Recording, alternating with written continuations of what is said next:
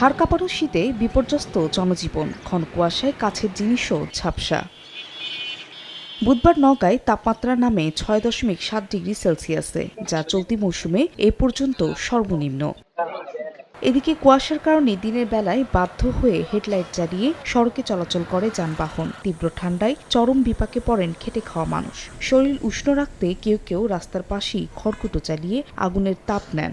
ঠান্ডাতে কোনো কাজ করা যাচ্ছে না, খুব হাত পা অবেশ আছে, ঠান্ডা ধরে। 10 ফিট বা 15 ফিট সামনে দেখা যাচ্ছে না, টোটালি একেবারে দেখা যাচ্ছে না। এত তাপমাত্রা মানে হাত পা ঠান্ডা বরফ হয়ে আসতেছে। গত বছরের চেয়ে এই বছর অনেক ঠান্ডা। শীতে আমাদের অবস্থা কঠিন খারাপ, গরিব মানুষ কাপড় চোপড় নাই, ঠান্ডা গাড়ি চালায়, ঠান্ডা গাড়িও চালাইতে পারি না। বাতাসের আবহাওয়া, কুয়াশা, এই কারণে নদীর পাড়ে আমরা যারা থাকি এদের একটু সমস্যা বেশি। আরও কয়েকদিন দেশের বিভিন্ন জেলায় মৃদু থেকে মাঝারি শৈত্যপ্রবাহ থাকার পূর্বাভাস দিয়েছে আবহাওয়া অফিস।